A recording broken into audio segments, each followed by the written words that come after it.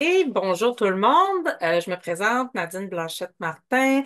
Je travaille au service de recherche en dépendance du CIUS de la capitale nationale et du CIUS de Chaudière-Appalaches. Je suis chercheur au risque à Hermès, à l'IUD, au centre de recherche du CIUS de Chaudière-Appalaches. Aujourd'hui, j'ai le plaisir d'accompagner Marie-Josée Fleury qui va faire une présentation sur les abandons de traitement dans les centres de réadaptation en dépendance du Québec. Elle va se présenter. Simplement vous dire que vous assistez à une conférence qui est donnée dans le cadre du CRI, qui est notre séminaire annuel de convergence, recherche et intervention. Et nous avons l'habitude de offrir quelques conférences en ligne dans les journées avant le CRI. Donc, cette année, nous avons 5 conférences. Il est encore temps de s'inscrire.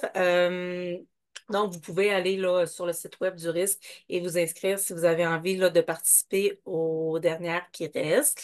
Il y aura possibilité de poser des questions, soit que vous les posez en chat et on pourra y répondre à la fin, ou à la fin complètement, vous aurez la possibilité aussi là, de poser les questions de façon orale ou verbale, là. Vous pourrez lever la main et on vous donnera la possibilité de vous présenter et de parler. Donc, Marie-Josée, la parole est à toi. Bonne présentation. Oui, merci beaucoup, Nadine. Merci beaucoup au risque, à Audrey pour en tout cas, que je puisse présenter dans le cadre de votre conférence. C'est vraiment un plaisir pour moi de partager là, nos résultats de recherche reliés à notre projet. Donc Marie-Josée Fleury, moi, je suis professeure à l'Université McGill, professeure titulaire. Je suis aussi, comme Nadine le disait, membre de l'IUD, du risque. Voilà. Donc, je suis aussi chercheure à l'Institut Douglas en santé mentale.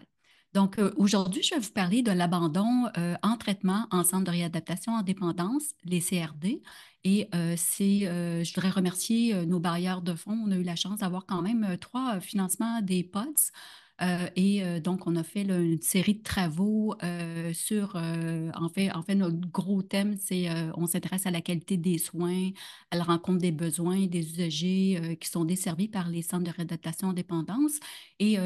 Pour faire nos travaux, on a eu la chance d'avoir trois financements du PODS, qui est le programme sur l'usage et les dépendances aux substances, donc de Santé Canada, du MES et géré par l'IUD. Donc, un gros merci à notre bailleur de fonds et on est content qu'on vienne d'avoir un quatrième financement pour poursuivre donc nos études. Alors ici, vous avez l'équipe. Donc, je travaille avec Christophe Hong, qui est co-chercheur sur le projet, Zirong Sao, ma statisticienne, et Guy Grenier de mon équipe de recherche. Donc, merci beaucoup à toute mon équipe. Alors aujourd'hui, qu'est-ce que je vais vous présenter? C'est que d'abord, je vais commencer par vous présenter un peu le projet de recherche d'une façon globale. Donc, notre objectif de recherche principal, poursuivi par le projet. En fait, les résultats de recherche que je vais vous donner reliés aux deux articles sont tirés d'une cohorte qu'on a montée au travers des années basée sur une banque de données administratives que je vais vous présenter. Donc, ça va vous donner un peu là, le cadre sur lequel on a fait nos deux articles scientifiques que je vais vous présenter. Donc, les articles, les deux articles que je vais vous présenter portent sur l'abandon en traitement. Dans un premier article, on s'est intéressé à regarder les prédicteurs de l'abandon en traitement. Et dans le deuxième article, on s'est intéressé à regarder les profils des usagers en CRD abandonnant ou non leur traitement.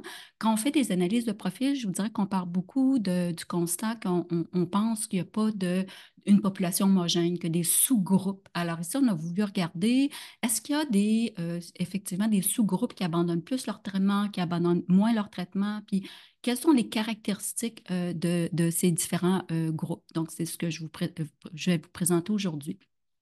Donc, les deux articles, ce sont des articles qui ont été publiés très récemment, là, au cours de 2023. Alors, l'objectif général du projet de recherche était, à partir de banques de données administratives en santé jumelées, d'écrire les profils sociodémographiques cliniques et d'utilisation des services et des résultats de santé des usagers avec des troubles liés à l'utilisation de substances psychoactives. Je vais faire souvent mention de l'appellation TLS. Traité dans les centres de réadaptation aussi, je vais faire souvent mention de l'appellation CRD. Au Québec en 2012-2013. En fait, 2012-2013, c'est l'année de formation de notre cohorte. Je vous dirais d'entrée de jeu, c'est un projet, c'est une cohorte qu'on a mise en place, ça fait quand même plusieurs années. Là, c'est à l'origine de avant la réforme santé et services sociaux de 2015 qu'on a commencé ce projet-là. De là aussi un peu là, l'année index 2012-2013. Donc, à l'époque, on a demandé à tous les centres de réadaptation région du Québec s'ils voulaient participer à notre recherche pour la création donc d'une cohorte suivie en centre de réadaptation. Donc, on a eu la chance d'avoir 14 centres de réadaptation sur 16 qui ont participé à notre recherche. On a demandé donc dans un premier temps au centre de réadaptation de nous envoyer la liste de noms coordonnés des personnes qui avaient fait une demande de service dans leur CRD en 2012-2013. Et donc, on a jumelé à cette cohorte-là, qui était plus de 35 000 personnes, on a jumelé les informations de la RAMQ, donc des banques de données administratives en santé. Donc, dans un premier temps, on avait des données de 1996 à 2016, donc des données longitudinales sur 20 ans. Et pour le CQSRD, c'est la banque de données des centres de réadaptation en dépendance. Pour eux, par exemple, je vous dirais que ce ne sont pas des données centralisées au ministère. Il faut vraiment faire du porte-à-porte pour avoir les données des centres de réadaptation. Donc, dans un premier temps, on a obtenu les données des centres de réadaptation sur 7 ans. Donc, le CQSRD a été créé dans tous les centres de réadaptation en 2009 et on a eu donc les données de 2009 à 2016. Donc, on a fait une série de travaux, je vous dirais, sur les années 1996-2016 et dans les dernières années, on a mis à jour notre banque de données. Donc, on est retourné faire du porte-à-porte dans les centres de réadaptation pour remettre à jour leurs données. Un gros merci au ministère parce que il nous a aussi beaucoup aidé là, dans la collecte des données du CQSRD où on a élaboré un algorithme d'extraction des données, des guides d'extraction des données aussi. Et donc, on a mis les données à jour là, et là, donc, on a les données à jour jusqu'en 2022. Donc, un potentiel de 26 ans pour les données RAMQ et un potentiel de 13 ans pour les données des centres de réadaptation et dépendance, donc le CQSRD. Et si vous voyez un peu plus en détail les données qu'on possède, donc maintenant, je vous dirais aussi, il y a une réforme de l'administration des banques de données. Maintenant, ce n'est plus géré par la RAMQ, mais c'est géré par l'Institut de la statistique du Québec. Fait que nous aussi, là, il a fallu transformer notre façon de faire. Donc, maintenant, donc, notre banque de données, elle est au CADRIS, qui est la plateforme sécurisée de l'Institut de la statistique du Québec. Donc, on a entreposé toutes nos données au CADRIS et donc, on possède des données donc, jusqu'en 2022. Les données qu'on peut avoir directement centralisées au CADRIS sont les données qu'on retrouve ici, donc les banques de la RAMQ. Ici, donc, c'est notre CQSRD qui malheureusement n'est pas encore centralisé au CADRIS. Et on a fait récemment, donc il y a 1 an, la commande des banques de données de l'éducation. Donc, on va faire aussi un jumelage entre les banques santé et les banques de l'éducation. Donc, je vous fais un topo très rapide là, du type de données qu'on a, les banques de données. Donc, on a la banque de données qui s'appelle le FIPA, ici, c'est des données sociodémographiques, sexe, âge. On a aussi des données comme défavorisation sociale, mais défavorisation matérielle de la population. On a la BDCU, qui est la Banque de données commune sur les urgences, qui est disponible depuis 2014. On a des variables, je vous dirais, quand même intéressantes ici qu'on n'a pas dans d'autres banques, comme les comportements suicidaires. On a la banque de données RAMQ et Médéco. Donc, la RAMQ, c'est le fichier des médecins payés à l'acte. Et la Médéco, c'est la banque de données hospitalière. On a aussi toute l'information sur la médication qu'on n'a pas encore traitée. Fait que si quelqu'un m'écoute puis s'intéresse à la médication, bienvenue. Vous pouvez demander de travailler avec nous, ça va nous faire plaisir. Alors, on a aussi la banque de données sur le traumatisme. On a aussi la banque de données sur les services psychosociaux, services médicaux offerts en CLSC, donc ICLSC. Selon aussi les banques de données, parfois les dates de création des banques ne sont pas les mêmes. Donc, c'est sûr que quand on traite des données, on doit faire attention à ça. Aussi, quand on a les mêmes variables qui reviennent dans plusieurs banques, je vous donne l'exemple, par exemple, les diagnostics, le TLS. Donc, on peut avoir le TLS donc à partir, bien sûr, du CQSRD. On peut l'avoir à partir de RAMQ, de la Médéco, de la BDCU ici. Donc, à tous les fois qu'on a une variable qui est dans plusieurs banques, c'est sûr qu'on va jumeler cette variable-là aussi. Donc, au niveau de l'ISQ, donc c'est la Banque de données de l'éducation, on a aussi des belles variables qu'on n'a pas dans d'autres banques, comme le niveau d'éducation, l'ethnicité, aussi la langue parlée, la langue maternelle parlée à la maison. On a la banque sur la mortalité. Et bon, le cycle SRD, un peu plus en détail, il est constitué de 6 modules que vous voyez ici à l'écran, un module sur les informations sur l'usager, la demande de service, les épisodes de soins, les interventions, l'hébergement. Et on a le module dépendance que j'ai mis en rouge, qui est un module, c'est un des modules, en tout cas un des modules là, avec lequel on travaille qui est très, très important, mais malheureusement, beaucoup de données manquantes dans ce module-là. Je vous dirais malheureusement, à peu près le tiers des données sont manquantes dans ce module-là, où on a par exemple les types de dépendance, on a des informations aussi intéressantes sur les clientèles particulières. Si une personne est en situation d'itinérance, par exemple, c'est une personne aussi qui peut avoir un historique de dossier criminel, on a la situation de vie, l'occupation principale de la personne. Alors, voilà, c'est à peu près ce que je voulais vous dire pour nos banques de données. On a écrit 9 articles scientifiques, 3 abrégés de recherche à partir de nos données 1996-2016. Donc, vous avez ici les titres des publications, ce sur quoi on s'est penché. Et particulièrement ici, je vais vous parler aujourd'hui de nos 2 articles qu'on a publiés donc récemment sur l'abandon en traitement. Avant, par contre, de vous parler de nos articles scientifiques, je voudrais juste vous donner quelques mots sur les avantages et les limites associées aux banques de données administratives. Cela va aussi vous donner un peu les bémols des résultats de nos recherches, ou en tout cas, il faut faire attention. Là. C'est sûr qu'il y a des avantages de travailler avec les banques de données, mais il y a aussi des limites importantes. Donc, les avantages, bien sûr, qu'est-ce qui est intéressant, c'est qu'on travaille sur des grands échantillons. Donc, je vous ai dit tantôt qu'on avait un échantillon de plus de 35 000 usagers. On a plutôt travaillé, nous, on a fait le choix de travailler sur des données complètes. Donc, on a travaillé plus sur des échantillons de plus autour de 20 000 usagers parce que, comme je disais tantôt, on a beaucoup de données manquantes dans le module dépendance du CQSRD. Donc, 20 000, c'est quand même aussi un grand échantillon. Donc, on s'est donc plus, on a donc plus c'est sûr que quand on travaille avec des données manquantes, il y a aussi différentes techniques qu'on peut utiliser là, de imputation multiple pour remplacer les données manquantes. Mais nous, on a fait le choix donc de travailler sur des données complètes. Qu'est-ce qui est intéressant aussi quand on travaille avec des banques de données administratives, c'est qu'on a une grande représentativité de la population. Ici, c'est intéressant, les données que je vous présente quand même, ça intègre 14 centres de réadaptation sur 16. On travaille aussi avec des données longitudinales. Ça aussi, ça permet de faire ce qu'on prévoit faire, qu'on n'a pas fait encore, c'est des études de trajectoire qui, ici, comme je vous dis, on a quand même une possibilité de 26 ans ou 13 ans selon les données RAMQ ou les données CQSRD. Donc, ça permet vraiment de regarder. Je donne un exemple. Par exemple, si je veux, s'il y a des personnes qui sont suicidées, ils ont fait des tentatives de suicider, puis je veux voir un peu leur comportement les quelques années avant leur suicide, ben, j'ai des données qui me permettent ceci, là, parce que j'ai beaucoup d'années pour étudier, par exemple, tout ce qui peut prédire les comportements suicidaires. Les limites des banques de données. Alors, bien sûr, les banques de données, malheureusement, n'incluent pas tous les services de santé. Par contre, on inclut beaucoup dans notre banque de données. On a tous les services publics au Québec. Ce qu'on a moins, c'est les services des organismes communautaires ou les services privés ou des services publics.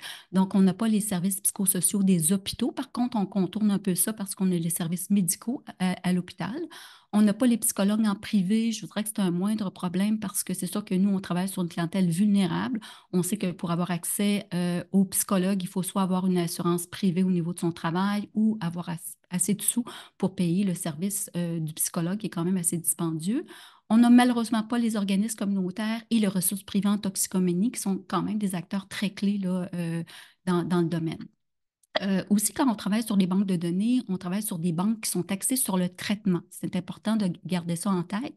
Donc, si moi, par exemple, j'ai un TLS ou j'ai une dépression, puis je n'ai pas de médecin de famille, je ne l'ai pas consulté, je n'ai pas consulté en fait les d'autres omnipraticiens, je n'ai pas consulté psychiatre, je ne suis pas allée à l'urgence, je n'ai pas été hospitalisée, je n'ai pas été au centre de réadaptation, je n'ai pas été voir des équipes psychosociaux, des équipes psychosociales dans les CLSC bien, je ne serai pas dans ma banque de données. Donc, il faut vraiment avoir un contact service pour que la personne soit inclue dans la banque. C'est sûr, quand on travaille sur des données longitudinales, on contourne un peu ce problème. J'ai des variables cliniques importantes qui me manquent, comme par exemple la façon de consommer ou la fréquence de consommation. Et bien sûr, j'ai des résultats limités en termes d'impact.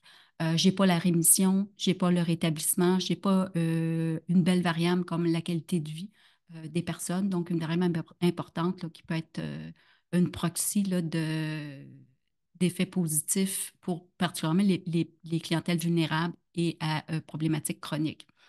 Alors maintenant, pourquoi s'intéresser à l'abandon en traitement? Pourquoi j'ai décidé de vous parler de ça aujourd'hui? Bien, vous allez voir que les chiffres sont assez importants. Beaucoup de clientèles qui ont des TLS qui abandonnent les traitements. Et aussi, on sait que l'abandon en traitement, c'est relié à un moins grand temps d'abstinence.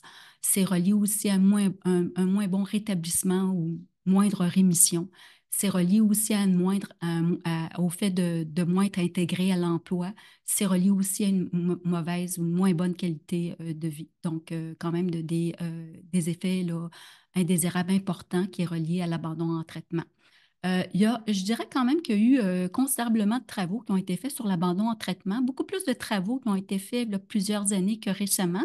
Mais ici, je vous signale là, une revue systématique qui a été faite quand même, ça fait peu d'années, donc en 2019.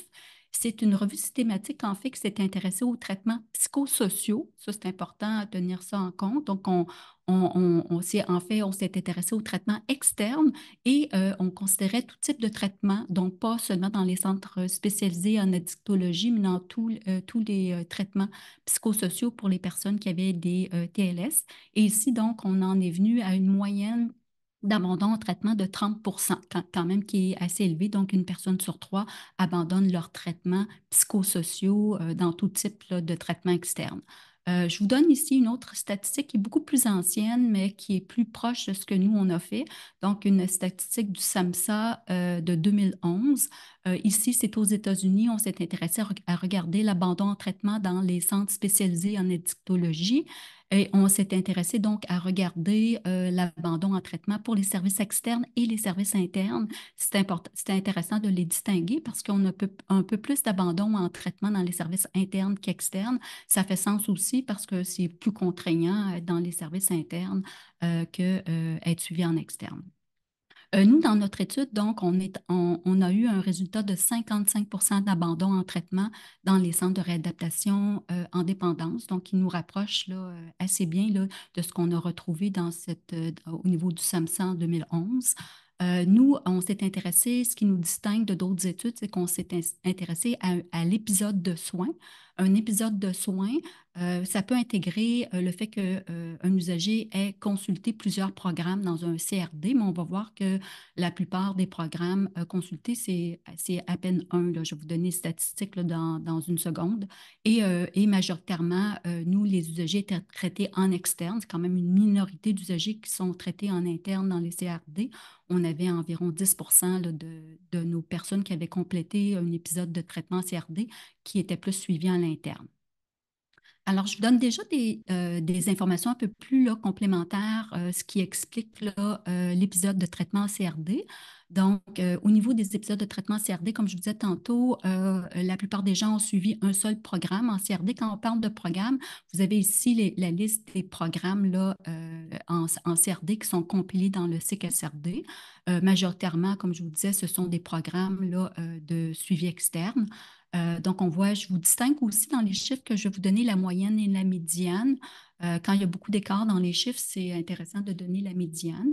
Donc, c'est pour ça que je vous donne les deux statistiques. Donc, en moyenne, donc, les personnes ont suivi un seul programme. Médiane, c'est la même chose, un programme.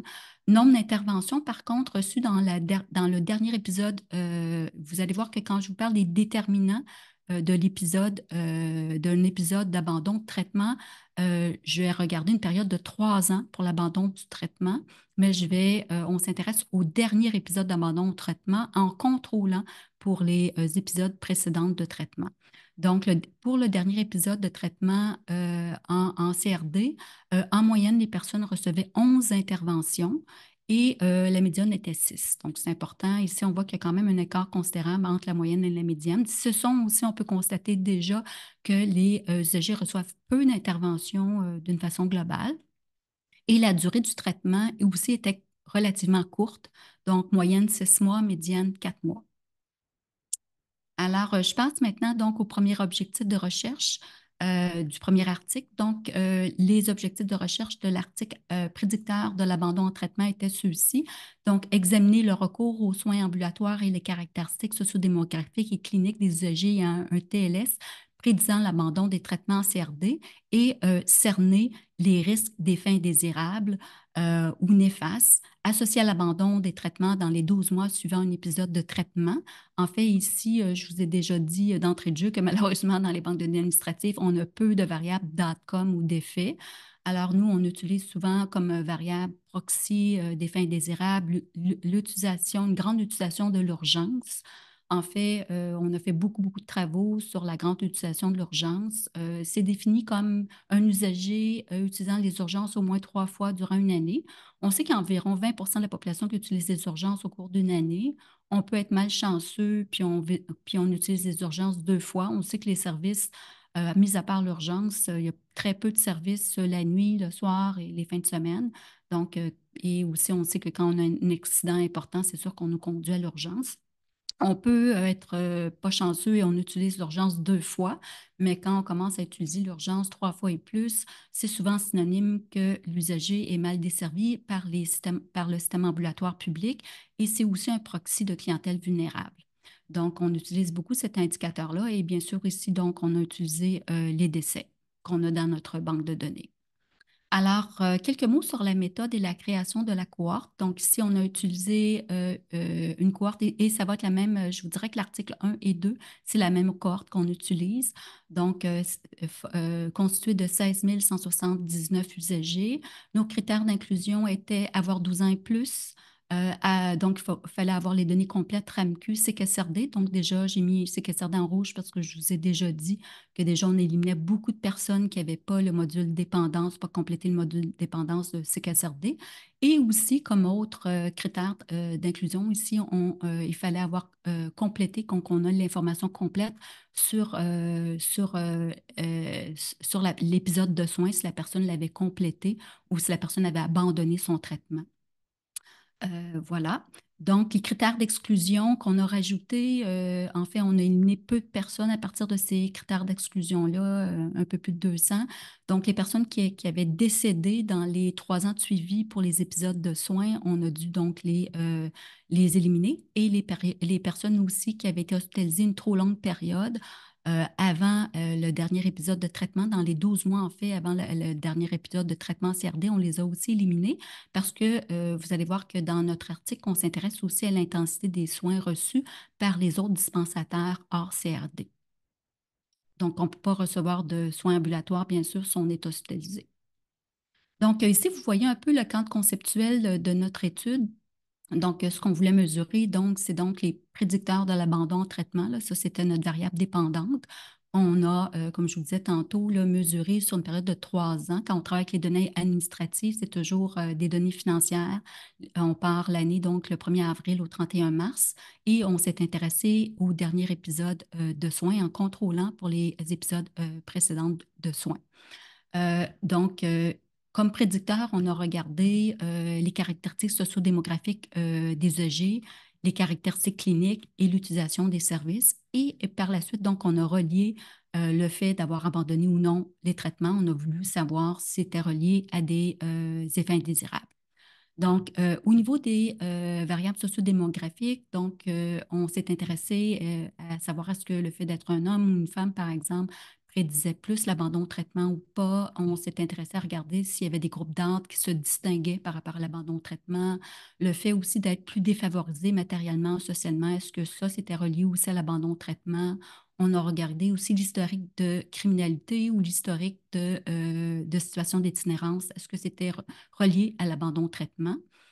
Après ça, donc, au niveau des variables cliniques, on s'est intéressé à regarder si les types de consommation étaient reliés à l'abandon au traitement. Donc, on a aussi monté des groupes exclusifs, être polyconsommateur ou être consommateur exclusif d'alcool, du cannabis ou d'autres types de drogues. On s'est intéressé aussi à savoir si on avait un trouble mental concomitant, si on abandonnait plus le traitement. Puis on a regardé aussi si les types de troubles mentaux pouvaient être associés à l'abandon au traitement.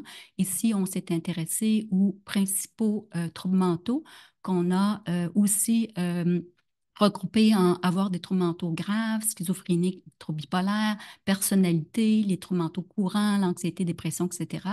On a aussi, on avait la variable TCT, donc troubles crânio-cérébraux, les maladies physiques chroniques aussi. Il y a des algorithmes là, qui existent dans la littérature où on peut donc identifier là, les maladies physiques chroniques. On s'est intéressé aussi à regarder si le fait de recevoir des services ambulatoires dans les 12 mois précédant le dernier traitement offert en CRD, si ça pouvait influencer l'abandon en traitement en CRD. Donc, ici, on a monté l'indicateur que je vous parlais tantôt d'intensité de soins des services reçus hors CRD par les omnipraticiens, par les psychiatres et par les équipes psychosociales en CLSC. Et on a aussi contrôlé pour le nombre d'épisodes antérieurs en CRD, l'épisode de traitement. Et aussi, on s'est intéressé à voir si le fait qu'on avait abandonné antérieurement le traitement, est-ce que ça prédisait le fait d'abandonner le traitement en fin de parcours là, dans le dernier épisode de traitement en CRD. Et les outcomes, comme je disais tantôt, grande utilisation des services d'urgence et mortalité. Oups, excusez-moi. Alors, les types d'analyses, donc, on a, pour regarder la prédiction de l'abandon de traitement, on a fait une régression logistique. Pour regarder les risques d'effets indésirables, on a fait une analyse de survie. Je ne vous en dis pas plus pour la méthode. Sinon, ici, vous voyez un peu quelques données sur les caractéristiques de notre échantillon. On avait surtout des hommes, ce qui est peu étonnant là, dans les études là, qui s'intéressent au TLS. Donc, 2 tiers de notre échantillon étaient des hommes, mais quand même, on avait un bon pourcentage de femmes. Un cinquième de notre échantillon était formé de jeunes de 12 à 24 ans. On avait une majorité de personnes vulnérables, soit pauvres et isolées à 60 des polyconsommateurs importants, là, 60 les personnes qui avaient des TLS, troubles mentaux concomitants, aussi étaient importantes, donc 64 de notre échantillon. Et on avait aussi 17 de grands utilisateurs d'urgence. Je voudrais que c'est beaucoup, c'est plus qu'on a fait des études aussi pour l'ensemble de la population du Québec et on a eu cette même statistique-là. Donc, on avait 17 de grands utilisateurs d'urgence pour l'ensemble du Québec qui avaient des troubles mentaux ou des TLS. Mais par contre, ici, on avait plutôt une définition de 4 visites à l'urgence et plus sur une année. Donc, c'est un groupe là, qui utilise beaucoup plus l'urgence que la population générale québécoise aussi. Alors, les résultats de nos analyses ici, donc les prédicteurs de l'abandon en traitement, on les voit ici. Et ici, donc, vous voyez les résultats associés aux abandons en traitement. Les prédicteurs qui sont en rouge, c'est des prédicteurs c'est des prédicteurs négatifs. Donc, ici, on a une association. Plus qu'on a ces variables-là, plus qu'on abandonne le traitement. Et ici, en bleu, ce sont les variables qui sont protectrices. Donc, plus qu'on a ces conditions-là et moins qu'on abandonne le traitement. Vous avez 2 variables qui ont des astérix, c'est les variables qui contribuent le plus à notre modèle. Et je vous ai mis aussi des petits connus. Alors ça, c'est des variables qu'on connaît dans la littérature. Donc, ce n'est pas des variables, parce que c'est sûr que quand on écrit un article scientifique, comme vous savez tous, on doit un petit peu relever notre originalité ou qu'est-ce qu'on a retrouvé de différent de ce qu'on connaît déjà. Donc, je vais vous souligner aussi en cours de route les variables qui sont moins connues dans la littérature. Donc, on voit ici qu'au niveau des variables sociodémographiques, donc les jeunes abandonnaient plus les traitements. Ça, je voudrais, c'est très connu. On sait aussi que les jeunes utilisent beaucoup moins les services de santé. Ils préfèrent se débrouiller par eux-mêmes ou ils préfèrent recourir à des pairs. On sait aussi que pour les jeunes, c'est très stigmatisant d'utiliser les services de santé plus que pour certains autres groupes d'âge. La défavorisation aussi était reliée à plus d'abandon en service. Ça aussi, c'est connu. Ici, c'est la défavorisation sociale essentiellement qui est ressorti nos analyses. Comme variable clinique, le fait d'être polyconsommateur, ça, je vous dirais que c'est une variable qui était un petit peu moins connue dans la littérature. Donc, le fait d'être polyconsommateur était plus relié à l'abandon que essentiellement là, consommer soit de l'alcool ou du cannabis, d'autres drogues. Les troubles mentaux, c'est très connu, là, le fait d'avoir des troubles concomitants, santé mentale, dépendance, c'est très relié à l'abandon ou au traitement. Je m'excuse, je vais prendre une petite gorgée d'eau. Alors, et particulièrement, je vous dirais, les troubles de personnalité, c'est un des troubles mentaux les plus associés au fait d'abandonner les traitements et c'est ressorti aussi dans notre étude. Une variable moins connue et qui était très, très reliée à l'abandon au traitement, c'est le fait d'avoir eu des épisodes antérieurs d'abandon au traitement. C'est une variable très intéressante parce que ce qu'elle nous dit, c'est c'est que si on a abandonné précédemment les traitements, on a plus de risques d'abandonner les traitements par la suite. Et ça, vous allez voir, là, je vais faire une recommandation en particulier pour l'amélioration des services. Là, je pense qu'il faut particulièrement faire attention à cette caractéristique-là, qui aussi est très importante parce que vous voyez un petit astérique là, qui influence beaucoup plus l'abandon en traitement que d'autres variables dans notre modèle. Une variable aussi très intéressante et qui influençait beaucoup l'abandon en traitement qu'on a trouvé, qui avait ici plutôt un effet protecteur de l'abandon en traitement, c'est le fait d'avoir suivi des épisodes antérieurs de traitement en CRD. Donc, plus qu'on a eu d'épisodes de traitement en CRD et moins on abandonne le traitement. Donc, fort intéressant. Ici, c'était quand on avait suivi 3 épisodes en CRD de traitement, on avait 50 moins de chances donc d'abandonner les traitements, ce qui est quand même assez élevé. Une variable très originale qu'on a trouvée, c'est aussi qu'on était suivi d'une façon plus intensément par les autres dispensateurs de services hors CRD et au moins on avait de chances d'abandonner nos traitements en CRD. C'est comme un effet protecteur que peut-être notre psychiatre, notre médecin de famille nous incite à rester dans les services en CRD.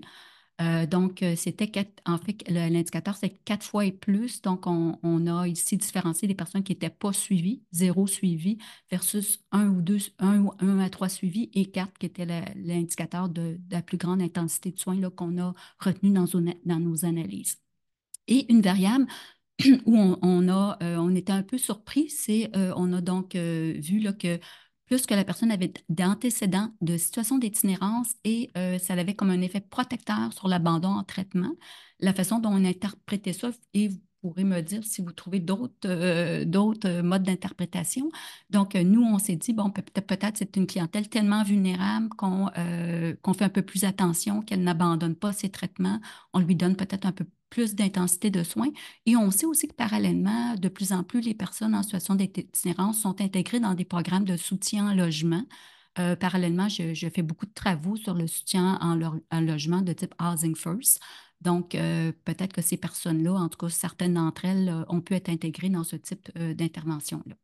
Donc, pour ce qui est des effets, aussi, là, on a eu des données significatives qui nous disaient que les personnes qui avaient abandonné leur traitement avaient 15 plus de risques d'être de grands utilisateurs des services d'urgence dans les 12 mois qui suivaient la finalisation de leur traitement et 39 plus de risques de décéder. Donc, c'est quand même assez important.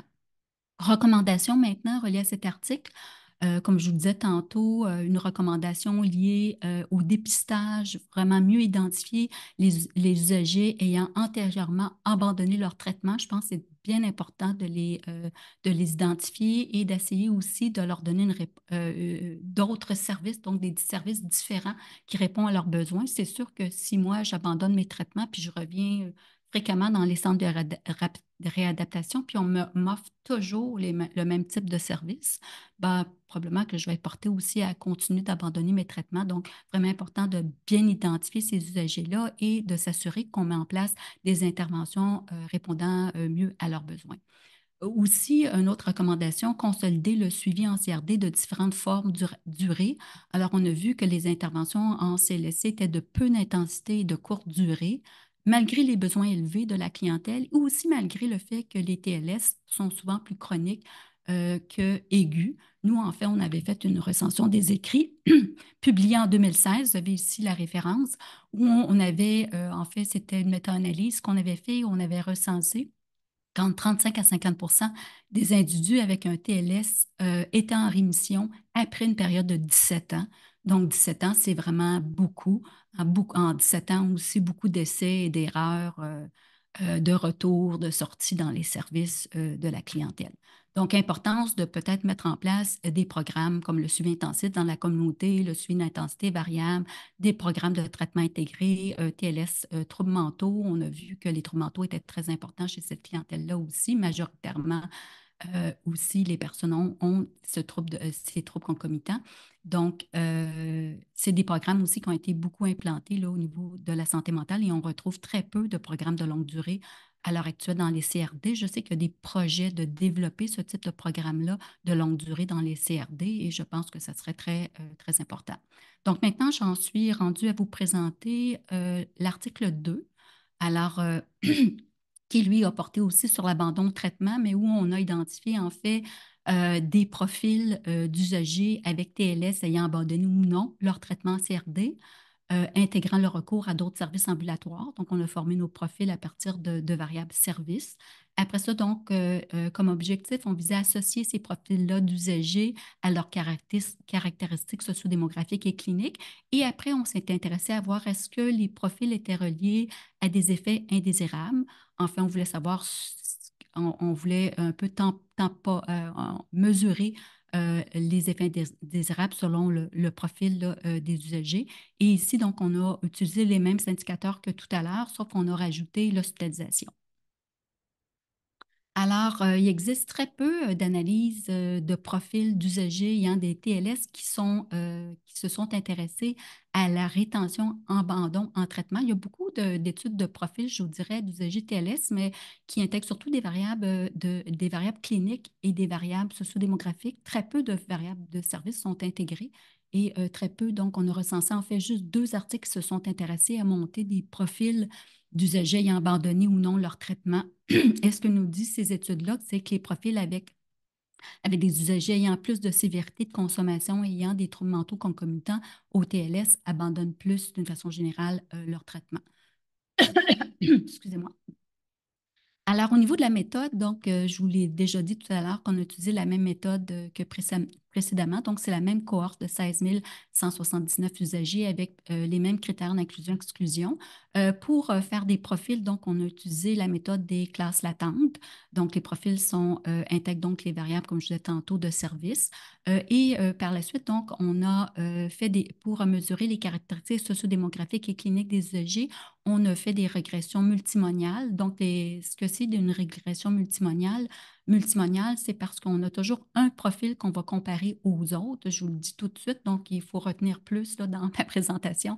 Le profil 1 qui va être comparé, on a trouvé 4 profils d'usagers ayant abandonné plus ou moins ou plus leur traitement. Et donc, c'est toujours le profil 1 qui est comparé aux 3 autres profils. Et pour regarder les risques d'utilisation des soins aigus et de mortalité, on a encore une fois là, utilisé l'analyse de survie où on a ajusté selon l'âge et le sexe. On ajuste toujours minimalement selon l'âge et le sexe. Alors, je vous présente maintenant les 4 profils qu'on a trouvés d'usagers ayant abandonné ou non leur traitement CRD. Dans les profils, on a donc trouvé 4 profils et je vous dirais qu'on a un nombre d'usagers qui se compare par profil.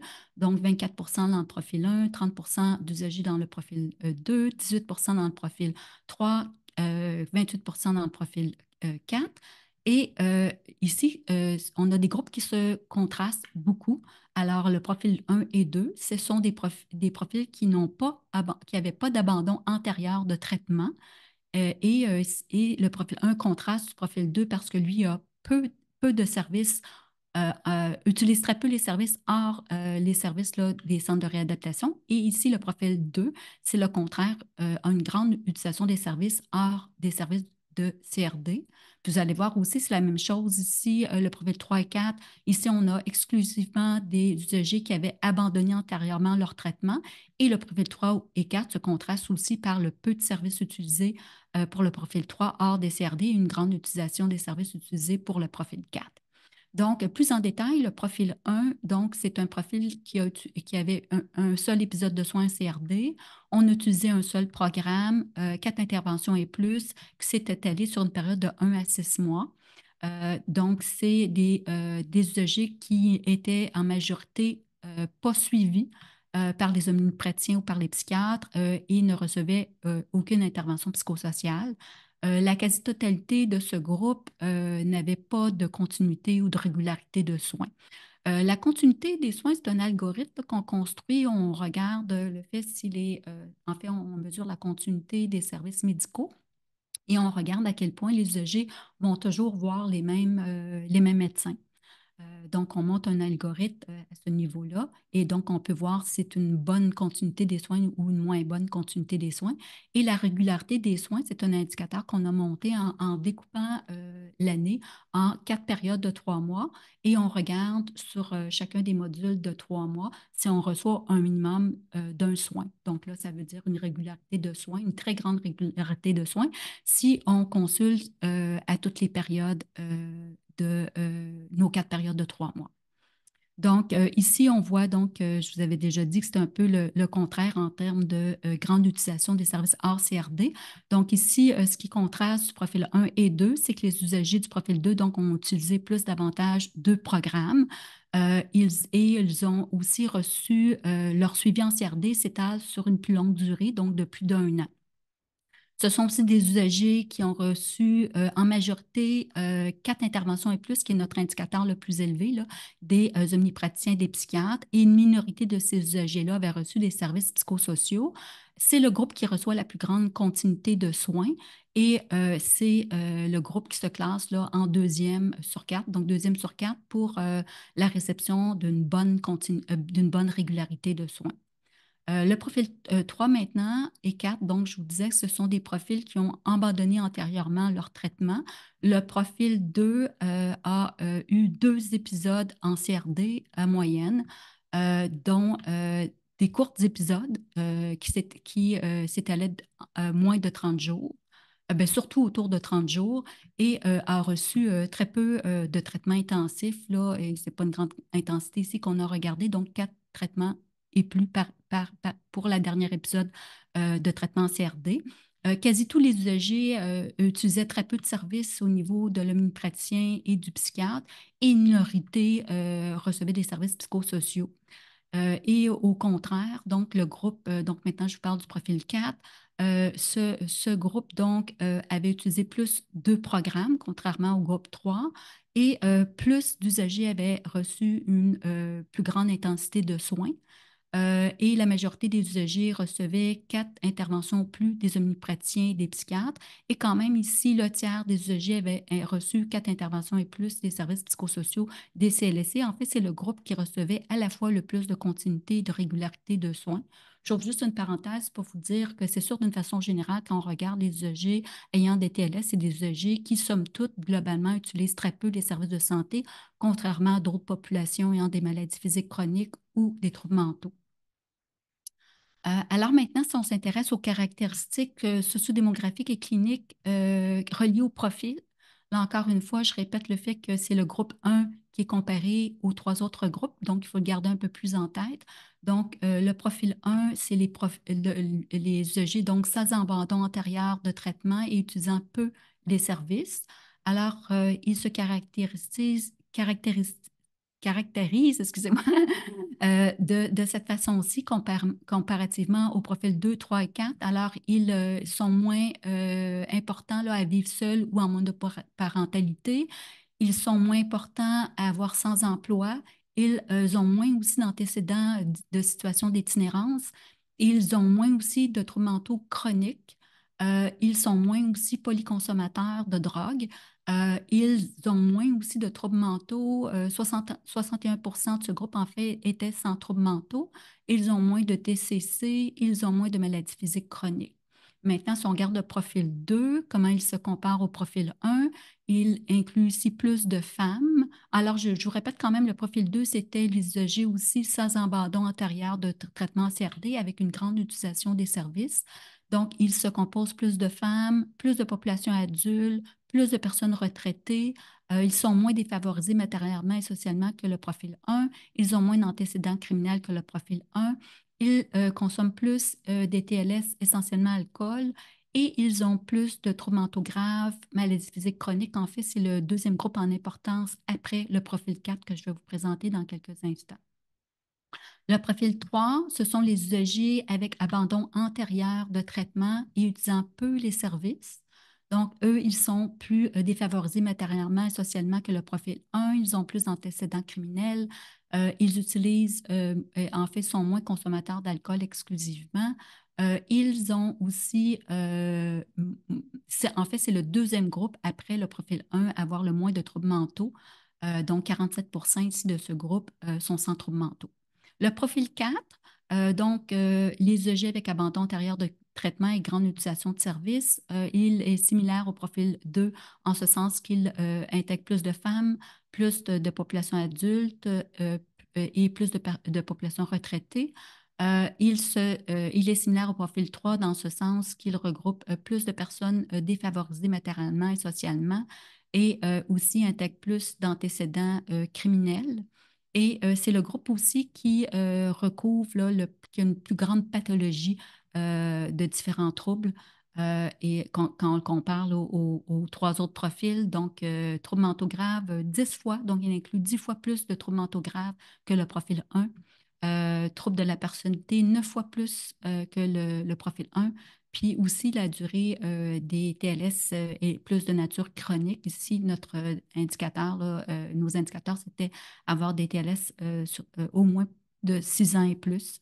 Donc ici, c'était 8 fois plus important, là, les troubles mentaux chroniques que dans les autres groupes. Maintenant, si on regarde les effets indésirables associés à chacun des profils, le profil 1 était, et là aussi, vous avez les couleurs ici des lumières. Donc, le profil 1, c'est celui qui avait le moins là, d'effets indésirables, donc en vert. Le profil 2 suivait avec des résultats donc moins d'effets indésirables. Et par la suite, donc, profil 3 qui avait plus d'effets indésirables et le profil 4, vraiment beaucoup plus d'effets indésirables, là, tout était significatif que le profil 1. Alors, les résultats clés de cette étude, donc les EG avec des conditions cliniques plus sévères obtiennent plus de services ambulatoires. Ça, je pense que c'est une conclusion là, très intéressante.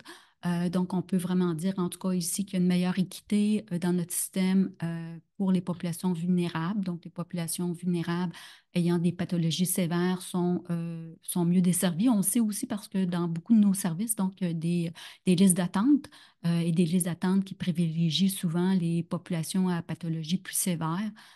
On le voit ici dans l'étude. Le profil 4, c'était vraiment le profil qui avait les plus grands problèmes de santé, donc des TLS chroniques, des polyconsommateurs, des troubles mentaux concomitants, troubles mentaux TLS. C'est un profil qui recevait beaucoup de services. Le plus de services, on a vu plus grande qualité, plus grande continuité des soins, plus grande régularité des soins, mais c'est le profil qui avait le plus d'effets indésirables. On voit ça beaucoup dans nos travaux, je vous dirais. Ce que ça souligne, c'est un peu les limites du système par rapport aux populations ayant des pathologies très lourdes. Donc, même si ici, on avait plus de continuité, plus de régularité, ça ne veut pas dire qu'on avait assez de continuité ou assez de régularité. L'adéquation des services est peut-être problématique. Ça peut être aussi l'adéquation des soins dans le sens, le type d'intervention qui est donné à la personne. Donc, c'est quand même un résultat intéressant. Tu nous dis, bien qu'on agit le plus envers ces clientèles-là, on agit insuffisamment ou non adéquatement, il y aurait matière à faire mieux dans certains cas. Le profil numéro un, c'était le profil donc, qui avait le moins d'effets indésirables et c'est le profil qui recevait le moins de services. Donc, ça aussi, c'est intéressant à prendre en compte. On voit que l'effet des services, c'est intéressant, l'effet des services, mais c'est limité. Ici, je pense que qu'est-ce qui ressort comme très, très important, c'est les facteurs de risque qui jouent globalement favorablement et qui conduisent à moins d'effets indésirables. On sait qu'on sous-estime souvent les facteurs de risque qui sont souvent plus importants que même les services octroyés. Le fait d'être pauvre, le fait d'être défavorisé, être isolé, ce sont des facteurs très importants sur lesquels il faut intervenir davantage. Ici, qu'est-ce qui a aussi beaucoup conduit ce groupe-là à avoir des effets indésirables moindres, c'est le fait aussi que c'est un groupe qui n'abandonnait pas leur traitement aussi en CRD.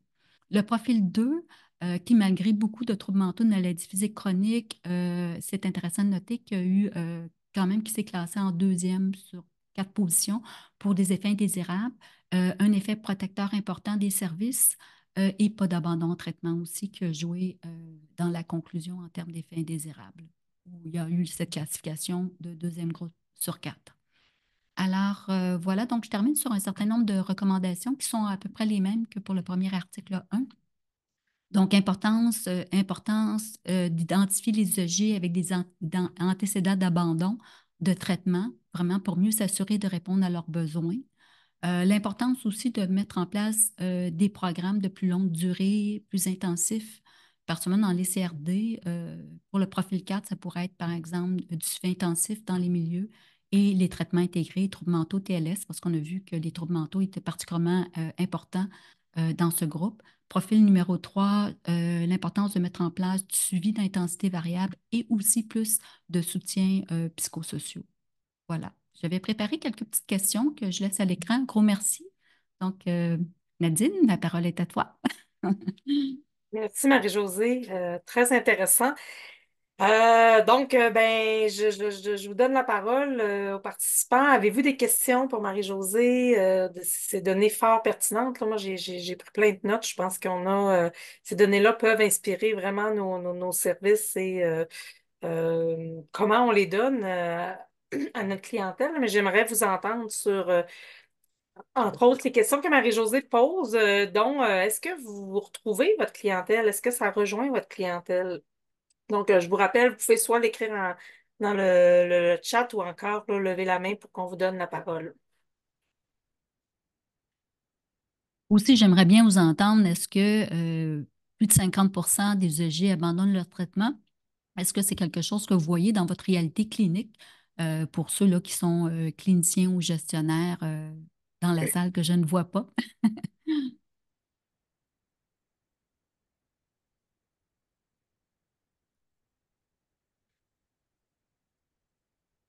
Moi, Marie-Josée, Nadine, d'ici à ce- va falloir Oui, que tu casses la oui, oui, glace. exactement. Moi, je trouve ça vraiment très, très pertinent. Ça fait longtemps que je travaille en CRD, donc je vois, j'ai plusieurs images. Puis ce que j'aime de tes recommandations, c'est, ben, d'une part, il faut tenir compte des antécédents, des profils des personnes qui consultent pour pouvoir leur donner le service approprié. Et en contrepartie, ben, nos services, il faut avoir des services qui sont vraiment spécialisés, hein. On le dit, on est en centre spécialisé en dépendance. Donc, la tendance des dernières années a été, entre autres, de diminuer l'intensité ou le nombre de rencontres pour une portion de la clientèle parce que on a euh, je dirais pas une surcharge, mais on a une augmentation des demandes et de profils très sévères. Donc, on essaie de répondre aux besoins d'un peu tout le monde, mais peut-être que on erre un peu en disant, ben, on raccourcit le nombre de rencontres plutôt qu'on devrait mettre en place des services ou des suivis Mhm. plus intensifs. Puis moi, ce que j'entends dans ce que tu me dis et dans les résultats qu'on voit, c'est que les services intensifs, ils peuvent prendre différentes formes.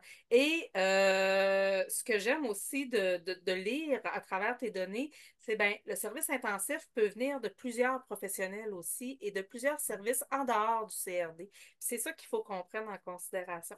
L'autre élément que je retiens aussi intéressant, c'est que ça revient au service. Euh, le, on dit qu'il faut identifier, mais on pourrait aussi déjà, on sait que, par exemple, les jeunes adultes, les jeunes hommes plutôt, Oui, les personnes en situation de défavorisation sont plus enclines à abandonner. oui. Donc, ils ne viendront pas dans nos services traditionnels, Mhm. ces gens-là. On les met en situation d'échec. Dans le fond, c'est ce que j'entends à Mhm. travers tes données. On les met en situation d'échec en les faisant venir dans nos services réguliers. Alors, on devrait penser autrement pour mieux Mhm. rejoindre cette clientèle-là, mais pour mieux la garder aussi, pour mieux répondre aux besoins de leurs services. Puis je pense entre autres à tous les services à bas seuil d'accessibilité qui sont en train de se déployer dans la province et qui, Mhm. selon moi, à la lumière de ce que tu présentes, font partie des bonnes pratiques.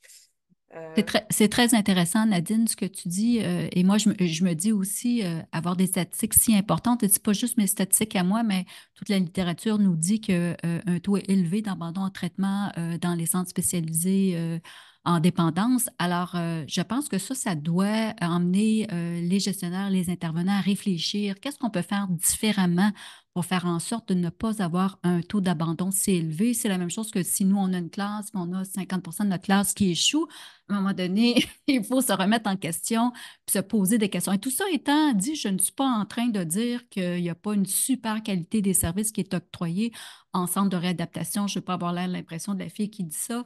Pour ce Je qu'on dis entend. souvent, c'est au-delà de, tu sais, on fait appel à la motivation, puis ça, c'est quelque chose qu'on a déjà intégré depuis des années dans les approches motivationnelles et tout ça dans les centres de réadaptation. Je pense qu'ici, on a affaire à une population très complexe, très vulnérable, avec beaucoup de pathologies, et c'est vraiment complexe. Donc, mais l'idée, c'est de réfléchir comment on peut faire différemment et mieux. Et sans ôter le fait que se fait déjà des choses magnifiques en centre de réadaptation. Tout à fait. Je pense qu'il y a Audrey? quelques questions. Oui, il y a Oui, effectivement. Marie. On a Pierre Gagnon. Parfait, Voilà, vas-y, je te je vous laisse donne la aller. parole. Oui, merci. Oui, est-ce que vous m'entendez? Oui, Oui. Oui, en fait, mais moi aussi, je trouve ça vraiment intéressant, les études qui ont été faites. Puis, j'ai plein de questions qui sont en train de se former dans ma tête. Tu sais, le 50% d'abandon des traitements en CRD, ça ne m'étonne pas. Ça fait près de 7 ans que je suis en intervention au CRD. Puis, c'est souvent une fois sur deux que le client va se présenter ou pas. Il va finir par abandonner ou le service va être fermé parce qu'on n'est pas capable de le rejoindre. Donc, effectivement, on ne remet pas en question la qualité du service, mais je pense qu'il faut remettre en question les modalités dont les services sont offerts en CRD. Je trouve intéressant le côté suivi intensif, suivi dans le milieu pour le profil 4, si je ne me trompe pas. Oui, oui, c'est bien ça. Vous avez Oui, bien c'est ça. écouté? Mm. Mais je me questionne aussi sur la possibilité de faire ce, de donner cette modalité d'intervention-là parce qu'on est, ben, vous le savez, comme tous, là, le manque de personnel. On doit avoir de plus en plus de clients pour avoir de plus en plus de sous du ministère. Donc, si on se déplace à domicile, notre ratio diminue Mhm, d'intervention. Fait qu'il y a toutes ces contraintes ministérielles qui sont là, mhm, qui sont un peu comme mhm. ben, pas en opposition, mais c'est pas tellement en cohérence avec le désir, je pense, de vouloir, comment je pourrais dire, c'est pas le désir, mais ben oui, la volonté de donner les services ou Vous êtes très l'intensité de clair, services c'est nécessaires à la très clair. personne. Oui, merci. On a bien compris. et ce que Très ça intéressant. rejoint aussi, d'arrêter de voir ça en silo, nos services en silo, et les Ben, voir c'est ça. dans l'ensemble. Nous, dans un autre projet de recherche qu'on avait fait, on avait bien vu que le fait d'intervenir précocement en centre de réadaptation diminuait le nombre d'interventions à l'urgence, le nombre de consultations. Fait que Mhm. tout Mhm. est lié. Fait que c'est pour ça qu'il faut arrêter de voir nos Oui, services individuellement et les voir ensemble. très On bon point. a Catherine Dugas qui t'a écrit un petit mot. Marie-Josée, je vais te le lire. Bonjour, Oui. merci beaucoup pour l'ensemble de vos travaux. Vous demandez quelles autres analyses seraient intéressantes à approfondir. Je me demande quel est le portrait d'abandon de traitement des personnes ayant des incapacités cognitives ou physiques dans les CRD québécois. Très intéressant. Quelques études commencent à s'intéresser à ce sujet, mais ce ne sont pas spécifiques à notre réalité. Si des données Mhm. existent dans les banques, que vous avez consultées, bien sûr. Merci, Catherine Dugas, ergothérapeute à Montréal. C'est sûr que nous, on a étudié, on avait la variable TCC dans nos analyses. Elle n'est pas ressortie, mais c'est sûr qu'on n'a pas, je ne me souviens pas par cœur le nombre de personnes qu'on a dans notre cohorte qui avaient des TCC, mais c'est sûr que c'est en dessous du 10%. Je pense. Donc, tu sais, parfois aussi, c'est la variable, contrairement par rapport à d'autres variables, elle a un effet moins signifiant. Parfois aussi, c'est le nombre. Il y a moins, c'est sûr qu'il y a moins de puissance quand on a moins de nombre. Tu sais, les troubles mentaux, j'ai 70% à peu près de ma cohorte qui a des troubles mentaux. TCC, comme je vous disais, c'est moins de 10%. Il faudrait regarder peut-être un peu plus ce groupe-là en détail. C'est sûr que qu'est-ce qui est intéressant, c'est qu'on a une grandeur échantillonnale qui nous prédispose à pouvoir faire des analyses un peu plus fines là, pour chacun des groupes. Donc, ça serait possible de le faire. Bon commentaire, merci. On a une autre main, on a Julie Durucher. Je vais vous donner la parole.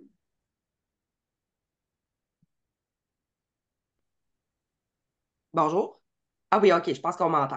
Ben là, j'ai un petit peu perdu ma question, en fait, mais je vous remercie pour cette petite formation-là.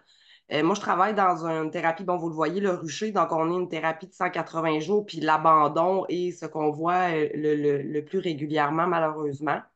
On a donc 180 jours, puis les gens, ils restent en moyenne 60 jours. Donc, ils ne font même pas la moitié. Donc, tu sais, tantôt, j'entendais tout le suivi intensif. Euh, je trouve aussi qu'on remarque tous les troubles concomitants là, qui sont de plus en plus élevés. Moi, ça m'apporte quand même certaines connaissances, j'ai envie de dire. Là, il y en a un, justement, bon, il revient, c'est sa 8e fois qu'il vient chez nous. Fait que ça m'amène, ça me sonne des petites cloches, puis peut-être un peu des interventions qu'on va faire, mais je trouve que je pense que c'est Nadine qu'elle s'appelle, là, elle a bien nommé. Des fois, comment je pourrais dire ça? Pas qu'on est isolé, mais tu sais, on fait un peu. Je sais pas comment l'expliquer, là. Excusez-moi, j'ai pas les mots en ce moment. Mais j'ai envie de parler de coopération et d'entraide aussi dans tout ce qui est intervention puis les ressources. Parce qu'on se rend compte, bon, nous, quand ils sont rendus au rucher, ben, c'est malheureusement souvent parce qu'ils n'ont absolument plus rien d'envie, puis tout a augmenté, tu sais, mais on a quand même, j'ai envie de dire, besoin de d'autres ressources pour bien fonctionner. Fait que moi, j'ai envie de parler de collaboration entre ressources plus aujourd'hui. Donc, voilà pour ma part. Partenariat, probablement que c'est le mot que tu cherchais, Julie. Oui, C'est ça, tout à merci. fait. Merci.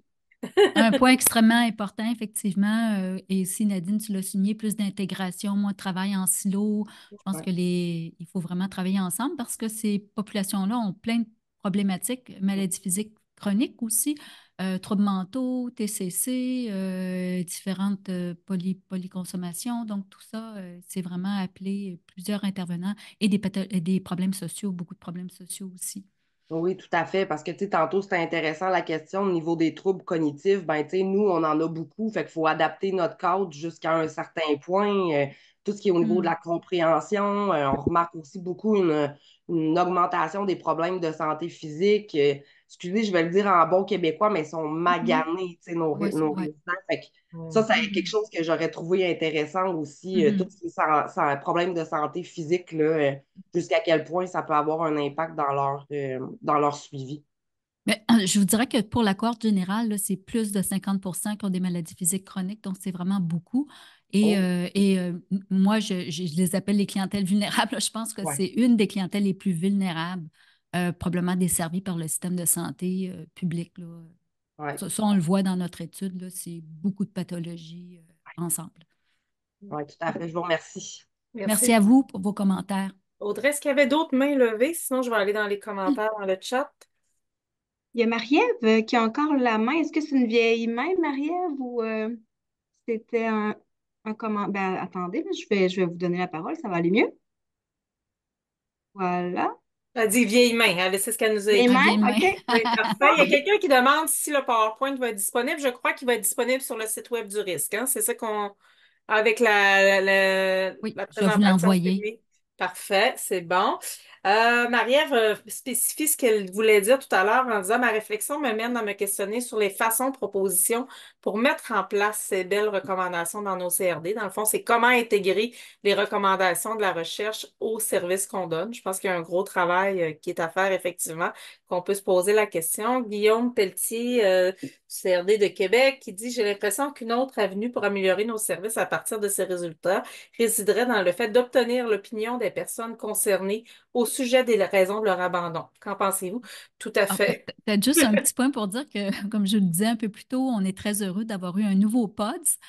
Et donc, on prévoit, Nadine va travailler aussi avec nous comme co-chercheur, donc on prévoit collecter de l'information sur plus de 500 usagers des centres de réadaptation, justement pour colliger de l'information qu'on n'a pas à partir des banques de données administratives. Puis on va s'intéresser aussi au pourquoi là, de l'abandon en traitement. On va s'intéresser un peu plus à ça et toute la qualité des soins.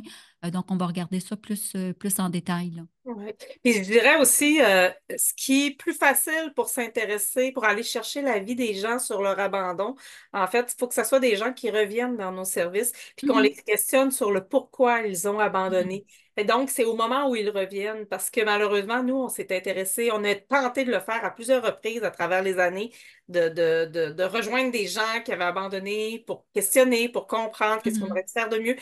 Mais les gens ne nous répondent pas, C'est ils ont ça. abandonné, ils ne veulent pas nous donner ces Mhm. informations-là. Donc, d'être capable de rejoindre les personnes qui reviennent et qu'on questionne dès le Mhm. départ, je pense que ça pourrait nous donner des bonnes avenues aussi. Merci Guillaume pour ton commentaire. Est-ce qu'il y a d'autres mains levées ou d'autres commentaires? Sinon, il est midi, dépassé, midi et Merci. 5. Ah, ben, c'est le fun. Donc, on a eu quelques questions et commentaires. Un gros merci. C'est toujours plus stimulant quand on présente, puis on a des commentaires et des questions. Donc, c'est très apprécié.